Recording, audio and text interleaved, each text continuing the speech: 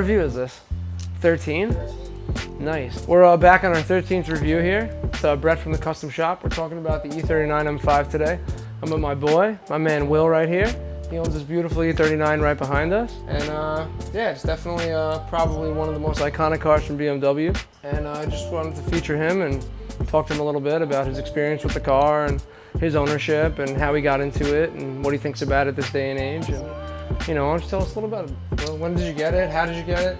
So I got this car in May 2015. It basically just fell into my lap. Probably the only way that I was ever gonna own this car in my life was something like that. I worked out a deal with the owner. He turned out to be a really, honest, truthful guy, and it's just been a great car ever since. I know, me and Will have been buddies for like, I don't know, better of 20 years probably. So we've been car guys since probably 10 years old. And he's always wanted this car. We've always loved German cars, and he always said, E39 M5, that's the car I'm gonna get. That's the car I love, I'm gonna get this car. So when this car turned up and he was able to jump on it, I'm sure that was probably one of the best car experiences you probably ever had. Absolutely. But what about the car was so like, this is the car I can get? Because for the money and where it was, like there was a lot of other options you could do. It's not a cheap car relatively, right? When you buy it used. So you had a good amount of pool there. For sure. That you could have been in anything really, you know what I mean? So, of enthusiast value. That's the biggest thing. The biggest thing is that to me, it's like the ultimate enthusiast car, and I'm into cars. So I want to buy a car that is, representative of more just an AB thing, obviously, and then to have one that has such a deep history and a big meaning in cars as a whole, I just had to have it. Being a BMW guy, this is like the pinnacle. This is as good as it gets, honestly. So it's probably it's the third M5. Yeah. E28, E34. First 8-cylinder, yeah. First 8-cylinder, and it's the last to be offered in only manual transmission, correct? Exactly, only manual transmission. So I feel like if you want this car, you gotta know how to drive.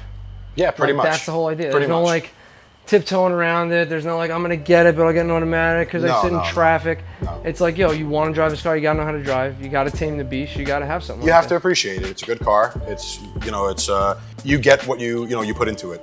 Preventative maintenance, things like that. This car's been really good to me, and it's been a rewarding experience. I know you daily it sometimes. Sometimes you have it parked up, maybe through the winter and stuff. But you've definitely been driving it pretty hard and heavy. Yeah, right, like for recently. sure. So how's it been? Great. Really no major issues. A couple of small things here and there besides maintenance, tires, brakes, normal car stuff. And the amount of good memories it's given me, great drives, is unparalleled. We've killed it on the back roads a few times. For sure. Went upstate a couple of times. And you think it's a 5, so you think it's bigger, but in today's it's a super small car. Compared it's a to super cars, small car. It's crazy. This is probably, I don't know, I'll throw it out there. Maybe, a little bigger than a newer 3 Series, right? Like everything kind of bumped up a little bit, right? Yeah, absolutely. So, next to a new 5 Series is a small car. It's a small car, for sure. But it feels that way too. It's got like a perfect 50-50 weight distribution, and you can definitely feel that when you're driving it. A lot of times I forget there's a back seat and a huge trunk behind me. And I've done a lot with this car. I've definitely got groceries a bunch of times, gone camping, all types of stuff. So it's an all-around great car, as well as being just an amazing performer. It's fucking dope, dude. This car is fire. Black interior. What color's the exterior? This is carbon black. So it's like a base blue with a darker flake on it. Really, really nice color. In the right light, it really just looks great. So Will, I know there's definitely some modifications you did to this bad boy. So why don't you let us know what you got going on? For sure. Most of them actually I bought the car with. There's a big reason why I bought the car. Nice. It came with a lot of nice stuff. Dynan exhaust, super sprint headers, Dynan tune, Dynan cold air intake. Came on a Dynan suspension, but we got that off of the BC coilovers. Yeah, it's really just out of the gate, a little bit faster than a regular M5, which is really, really nice, and it sounds awesome. Nice. Did BBS wheels, BBS LM. BBS LM, sure. Not reps. No, the real deal, bro. Not hating, but not hating. The real deal. But they are real, which is awesome, which is tough. I think that color. color. My liver. That was the only thing I had to do. My vital organs. That's it. The color too is a special color. Something about it was like the last one available for a certain amount of time. It was the last one in the country available for 6 months, and I wanted to originally go with silver, but I went with the I think this is called Diamond Black or Diamond Gray, if I'm not mistaken. Just because I wanted to put wheels in the car when I got it, and that was like my dream. Brett knows, right? Yeah. On BBS LM. BBS LM. It was just like you made it in the car game for sure. anybody, I mean, it's great, but that was definitely Will's dream. There's only 2 wheels that go on this car, and this is my favorite one. For sure. What's the other wheel? People like the OZ Superleggera.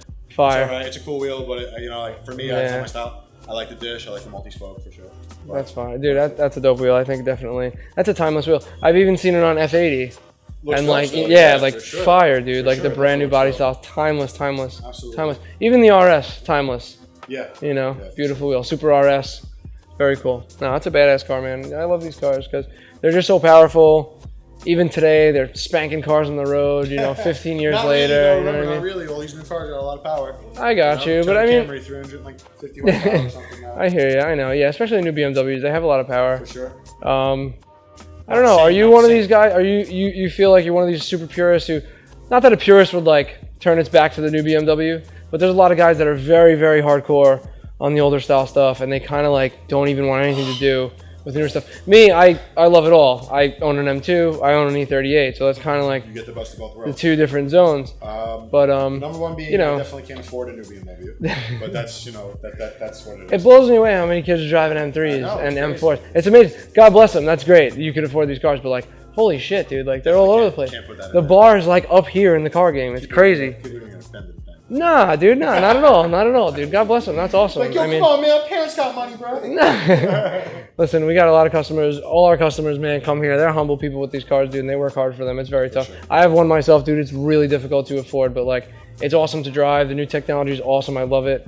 But there's something about that older school feel. Absolutely. That, you know, it's a time that you just can't replicate. It's just nostalgia. It's just this whole era of like the pinnacle of BMW. I feel, at least for our era, right? Absolutely, absolutely. You know, but you started out with these, cars, 6-cylinder, hand-built German cars, and they just eventually evolved, and now we're at where we're at. That's it. It's a pinnacle of technology, and they're crazy cars.